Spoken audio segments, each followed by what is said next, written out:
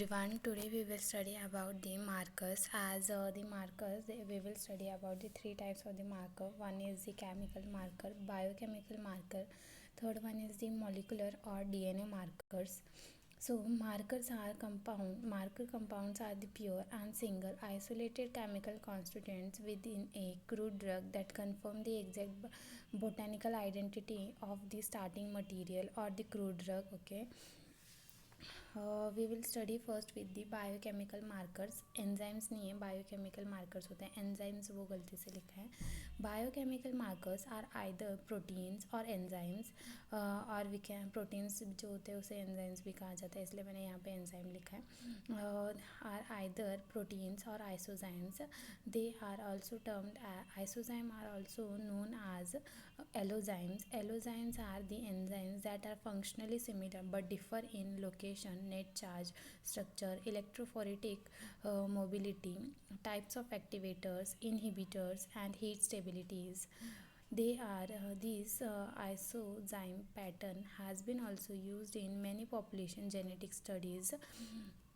Then it is also used to distinguish closely related species, and therefore also useful to study diversity and identification of crops. The isozymes pattern of glucose 6-phosphate dehydrogenase has been also used for the identification of false daisy. Third one is the genetic or the molecular DNA markers. They are most widely used type of markers due to their abundance. They are unlimited in number and they are not affected by the environmental factors, age and physiological condition of the plant. DNA can be extracted from fresh or dried plant tissue. Hence, the physical form of the sample for assessment does not restrict detection. तो इसमें हम इसके application देख लेते हैं. पहला application जो है इसको हम लोग यूज़ करते हैं HDT, that is the herbal drug technology. So इसको हम लोग यूज़ किए इन सब फील्ड्स में यूज़ किया था, like taxonomy, physiology, embryology, genetic. इन सब फील्ड में DNA मार्कर्स का यूज़ किया जाता है. Second one is the genetic variation और जीनोटाइपिंग. इसमें जो है रैंडम एम्पलीफाइड, रैपिड का मतलब क्या है, random amplified polymorphic DNA. These are useful in differentiating different accession of Andrographis paniculata, Azadirachta indica, which are collected from the different geographical locations. Interspecies variation has been studied using the restriction fragment length polymorphism in different genera such as Glycyrrhiza, curcuma and turmeric. This is about the second application. Third is authentication of medicinal plants. तो ये जो है easily available होते हैं, less expensive होता है और less expensive species है. और ये जो है affected, these are affected by the adulterant. ठीक है, ये जो भी अफेक्टेड होते हैं एडल्ट्रेंट या फिर सब्सटीट्यूट्स. और इसमें हमने कौन सी टेक्निक्स यूज़ की है, लाइक इसमें जो है टेक्निक्स नहीं कह सकते हैं. इसमें हम लोग एक तो sequence characterise amplified region PCR, that is a polymerase change reaction. Then rapid, that is the random amplified polymorphic DNA, and RFL, that is the RFLP restriction fragment length polymorphism are used for the differentiation of the plants and to detect the substitution and adulteration by the closely related species. Example इसमें एक दे रखा है, that is the swertia chirata is frequently adulterated or substituted by the Andrographis paniculata. Fourth example is the medicinal plant breeding. So they have been used as a tool to verify sexual and apomictic offspring of interspecific means within the same species. Cross in Hypericum perforatum, a well known diuretic and anthelmintic drug. ये किसका example इन्होंने बताया है. Next is the food and nutraceuticals. इसमें क्या होता है, capsicum, maize, soybean have been successively categorise from non-GMO products. Sixth, it is used as a new pharmacognostic tool. So it is utilized, or it has been shown utility in quality control, quality control. And then it is also considered as innovative technology, and it has certain limitation due to which use has been limited to the academia. Another important is that it is there is the issue related to DNA fingerprinting will remain same irrespective of the plant part used, and और जो भी phytochemical content होगा वो vary होगा with the physiology और plants part used and environment के साथ. तो ये दो इनके दो इशू थे, DNA fingerprinting और phytochemical content का. नेक्स्ट हम लोग इसके जो एक मार्कर बचता है केमिकल मार्कर, वो हम लोग इसके बाद पढ़ते हैं, WHO और गाइडलाइंस के बाद पढ़ते हैं. WHO guidelines on safety monitoring of the herbal medicines in pharmacovigilance system. So इसमें क्या होता है, WHO guidelines provide the practical technical guidance for monitoring of the safety of herbal medicine within the pharmacovigilance system, and it is essential to identify the risk associated with their use. The safety of the herbal medicine is an important public health issue. Then herbal medicines are frequently used in conjugation with other medicine, and it is essential to understand the consequence of such combined use and monitor whether any adverse effects are arising. And last one is adverse effect है arising, उनको notice करना है. इसमें simple सा है, मतलब ये जो गाइडलाइंस है वो किस लिए आई है, जिससे कि वो टेक्निकल गाइडेंस कोई भी गाइडेंस देंगे किस तरह से हमें मॉनिटर करनी है सेफ्टी मेडिसिन के फार्माकोविजिलेंस सिस्टम के अंदर. और इसमें हम लोग रिस्क को आइडेंटिफाई करेंगे. फिर ये जो है इंपॉर्टेंट होता है पब्लिक हेल्थ इशू के लिए. सेफ्टी अगर रहेगी तो पब्लिक हेल्थ भी अच्छी रहेगी.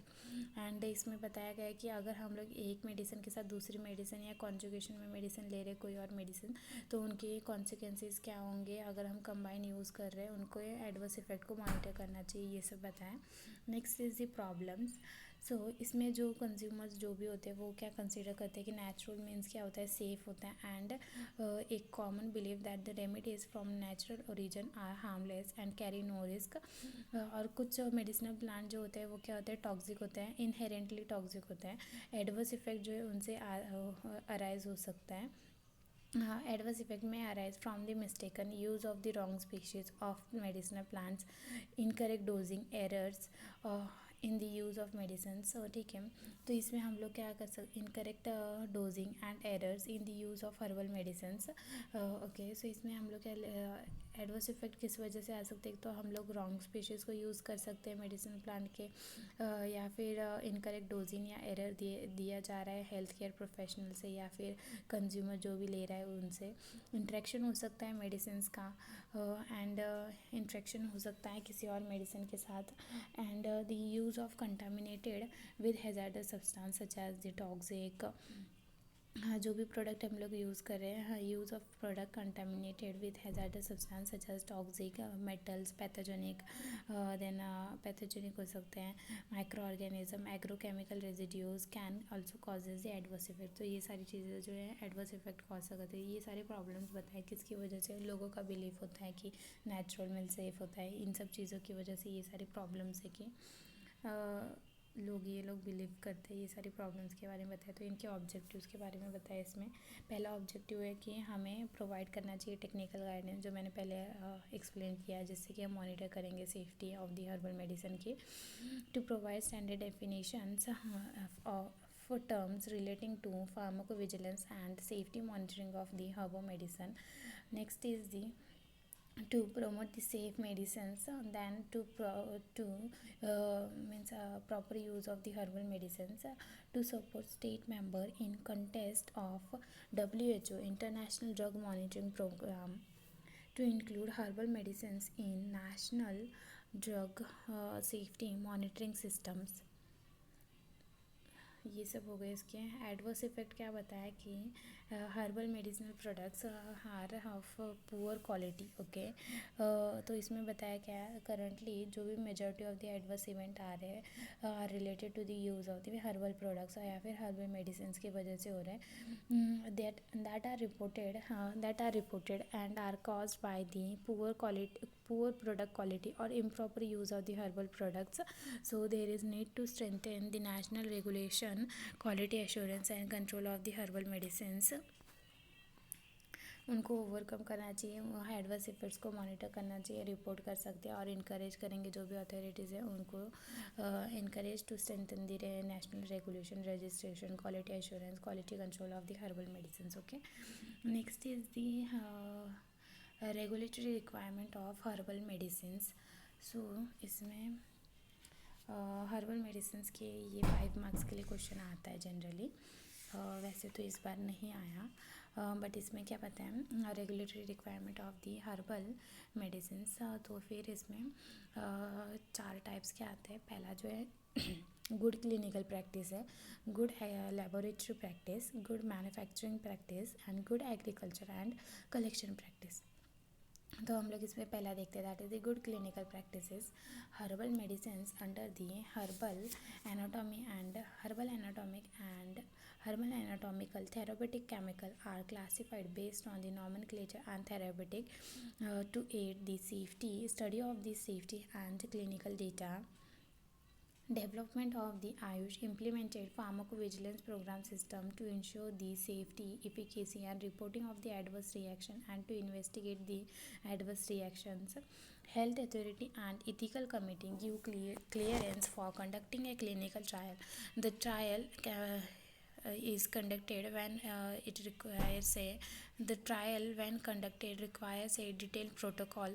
जब भी कोई भी ट्रायल कंडक्ट कर रहे हैं तो वो रिक्वायर करता है एक डिटेल प्रोटोकॉल होना चाहिए उनके पास, a principal investigator and evidence of safety and efficacy of the herbal medicines. Second one is the good laboratory practices. तो इसमें क्या बताएं, जो भी stability studies of herbal substance, herbal preparation या herbal medicines should be carried out. The container closure system also plays a major role. Next is it is a well planned analytical method development and analytical method validation in approved laboratories as per GLP. It will help in setting up of quality management system to ensure uniformity, consistency, reliability, reproducibility of the testing parameters. It also ensures reliable and quality oriented data and contributes towards a quality product. Next is the ये जो है 5 marks के लिए आएगा. तो तुम लोग ये development of herbal medicines product, herbal medicinal product का चार्ट है, ये तुम लोग वहाँ पे ड्रॉ कर सकते हो. लाइक इसमें पहले बताया स्टार्टिंग में कैसे होता है, सिलेक्शन क्राइटेरिया होगा जो भी good agriculture, collection practice, compliance का. फिर एक्टिव हर्ब्स में क्या क्या आता है, नॉमेनक्लेचर, उसके रिलेटेड स्ट्रक्चर, उनके बारे में herb characterisation, literature, reference, impurity profile, specification and justification to the specification, TLC thin layer chromatography, high performance thin layer chromatography, TMC radioactive substance pesticide. Next is stability storage के बारे में. फिर manufacturing process development, GMP compliance के अंदर क्या आता है, process flow, process control, process validation. Herbal preparation, final product specification, GLP compliance, it includes the qualitative, quantitative, residual solvent impurity profile, TLC, HPTLC, excipient. फिर कंटेनर क्लोजर सिस्टम आता है. फिर हम उनको स्टोर करेंगे, स्टोरेज एंड शेल्फ लाइफ. फिर उसकी safety and efficacy जो है, गुड क्लिनिकल प्रैक्टिस कंप्लायंस. तो उसमें जो है पहले प्री क्लिनिकल स्टडीज़ होगी, उनके रिपोर्ट्स होंगे, फिर उसके बाद क्लिनिकल स्टडीज़ और उनके रिपोर्ट्स, फिर non clinical overview summary, clinical overview summary, bibliography, information, safety, efficacy. ये सारा जो एक फ़्लो है हर्बल मेडिसिन प्रोडक्ट के डेवलपमेंट का फ़्लो चार्ट दिया है इन्होंने. तो इसमें हमारा जो बचता है वो है पहला जो है good agriculture and collection practice. ये जो है अप्लाई करता है guidance to the collection and cultivation procedure. जो जब हम लोग सिलेक्ट करते हैं हर्ब को सिलेक्ट, मतलब ये इट विल द प्रोसीजर जो है कब स्टार्ट हो जाता है, from the selection of the herbs. फिर उसको बोटेनिकल जो भी प्लांट है उसको आइडेंटिफाई करना, soil, seed, cultivation technique, environmental, surrounding, climate, irrigation maintenance, harvesting and drawing. मतलब जो भी प्लांट हम लोग को एग्रीकल्चर में सब कुछ प्लांट के बारे में होगा, उसके सॉइल, क्लाइमेट, इन्वायरमेंट, वो सब के बारे में इसमें लिखने का है। जो भी हम लोग कलेक्शन और कल्टीवेशन के टाइम प्रोसीजर फॉलो करते हैं वो सब के बारे में। और collection procedure should be carried out by train personal with adequate knowledge and about the cultivation technique including the use of pesticide. मतलब जो भी कलेक्शन रिलेटेड प्रोसीजर्स है वो एक ट्रेन पर्सनल से को कंडक्ट करने चाहिए, जिनके पास बहुत ज़्यादा नॉलेज हो कि किस तरह से कब कितने पेस्टिसाइड्स यूज़ करने चाहिए, कल्टीवेशन टेक्निक और उनसे रिलेटेड जो भी पेस्टिसाइड एग्रोकेमिकल्स फर्टिलाइज़र जो भी यूज़ करने हैं वो सब गाइडेंस देते हैं और गाइड भी करते हैं। ट्रेन भी पर्सनल उनको ही वो सब करना चाहिए। Well organised quality assurance should be maintain with active principle content, morphological and microscopical features, limit values for microbial contamination, chemical residue, heavy metals, etc. Documentation of process, procedure, fumigants, labeling, agreements, audit results should be maintained. Post-harvesting procedures are to be inspected. Processing of the collected herbs is to be carried out in specified facilities and stored appropriately. Testing, detailed solvent used, purification stages, standardization, etc. Details of impurities like pesticide, fumigants, microbial contamination and its control should be documented. मतलब सब कुछ जो भी हम लोग उसके अंदर follow करते हैं, इंस्पेक्ट करते हैं, लाइक पोस्ट हार्वेस्टिंग में क्या क्या प्रोसीजर है उन सबको देखना, उसके अंदर डॉक्यूमेंटेशन प्रोसीजर उन सबको एक मेंटेन करके रखना, ऑडिट और जो भी रिजल्ट आएगा उन सब का, ये सारी चीज़ें जो हम लोग कलेक्शन और कल्टीवेशन में करते हैं, कलेक्शन के टाइम पे एग्रीकल्चर में, वो सब के बारे में बताया कि प्रैक्टिस कैसे की जाती है उन सब की। GMP देखते हैं, that is a good manufacturing practices. It is the implementation of GMP ensure करता है product uniformity batch to batch. ठीक है, पहला जो है ये इंश्योर करेगा प्रोडक्ट की यूनिफॉर्मिटी हो बैच टू बैच, असिस्ट करेगा to comply with the standard to meet the requirement. ठीक है, कि वो क्वालिटी स्टैंडर्ड से मीट कर रहे हैं या नहीं। The quality assurance system and the documentation जो है क्रूशल होते हैं GMP के लिए। ठीक है, then research and development laboratory in accordance with GLP is mandatory along with the compliance of GACP this setup will qualify for standardized manufacturing of herbal medicines. Well planned analytical method and analytical method validation, then a detailed product development report for herbal preparation and herbal product with a well defined process flow accompanied by process control will ensure that quality is built into the product. The manufacturing flow chart will with process control specification and standard testing procedure are must for processing of herbal preparation and medicines. The active herb preparation should include physical, chemical parameters, impurities, microbial contamination, adulteration. As the extraction and processing of herbal preparation includes the use of solvents, parameters on the residual solvent should be a part of the specification. The medicinal plant ICMR, as per Indian Council Medical Research, as per WHO guidelines and within the involvement of the approved laboratories, has addressed the data generation for monographs.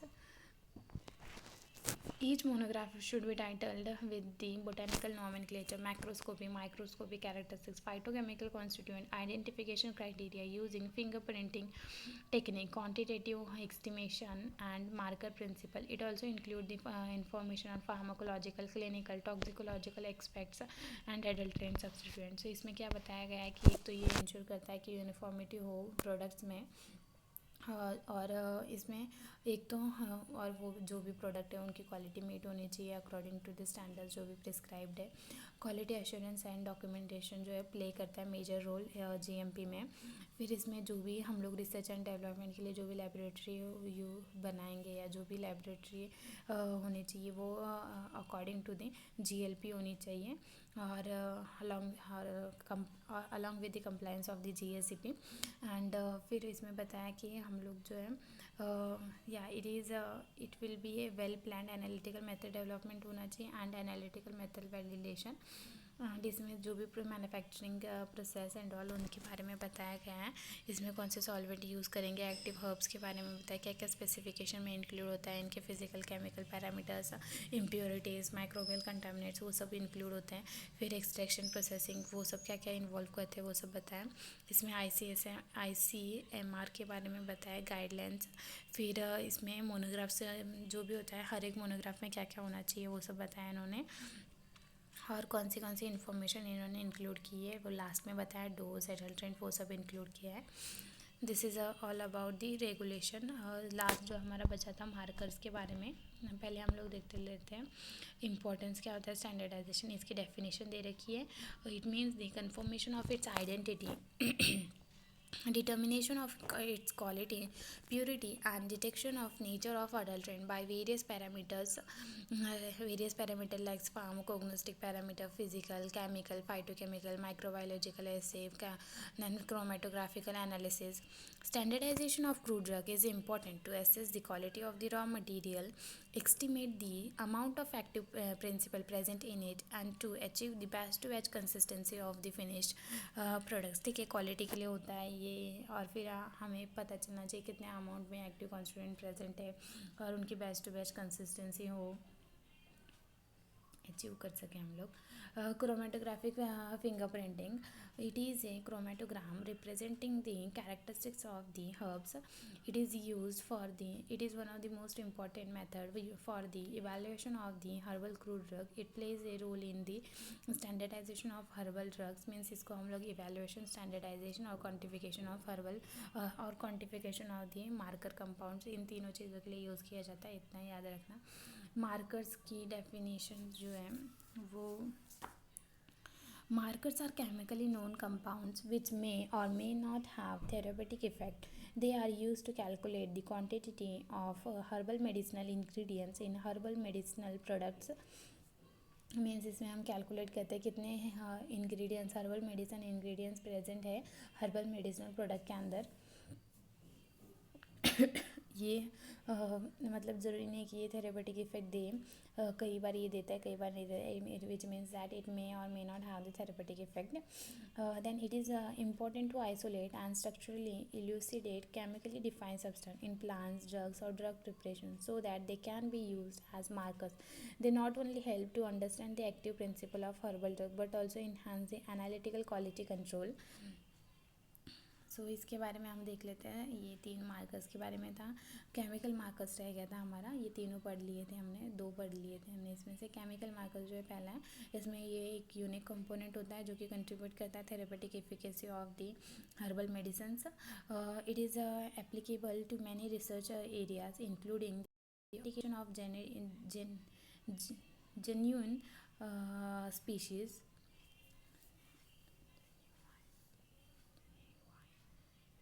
genuine species, search for new resources or substitutes of raw material, optimization of extraction and purification methods, structural elucidation and purity determination। सो ये इसमें types बताए, इनके different types होते हैं, types of दिए हैं chemical markers, और इनके जो है डेफिनेशन और एग्जांपल दिया है। पहला जो है एक्टिव प्रिंसिपल है, इसके अंदर क्या है वेल डिफाइंड केमिकल्स होते हैं, नॉन क्लिनिकल एक्टिविटी होती है। Second is the active markers, they are the constituents or group of constituent with in non pharmacological activity that contribute to the efficacy, they may or may not have proven clinical efficacy.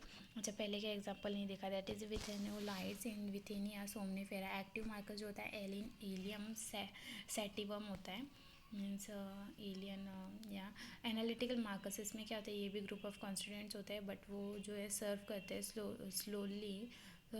Slowly for the analytical purpose, means use किया जाता है इनको जो है chemical constituent जो होते हैं या फिर group of chemical constituent, they are use for the analytical only for the analytical purpose and they don't have the clinical or the pharmacological activities।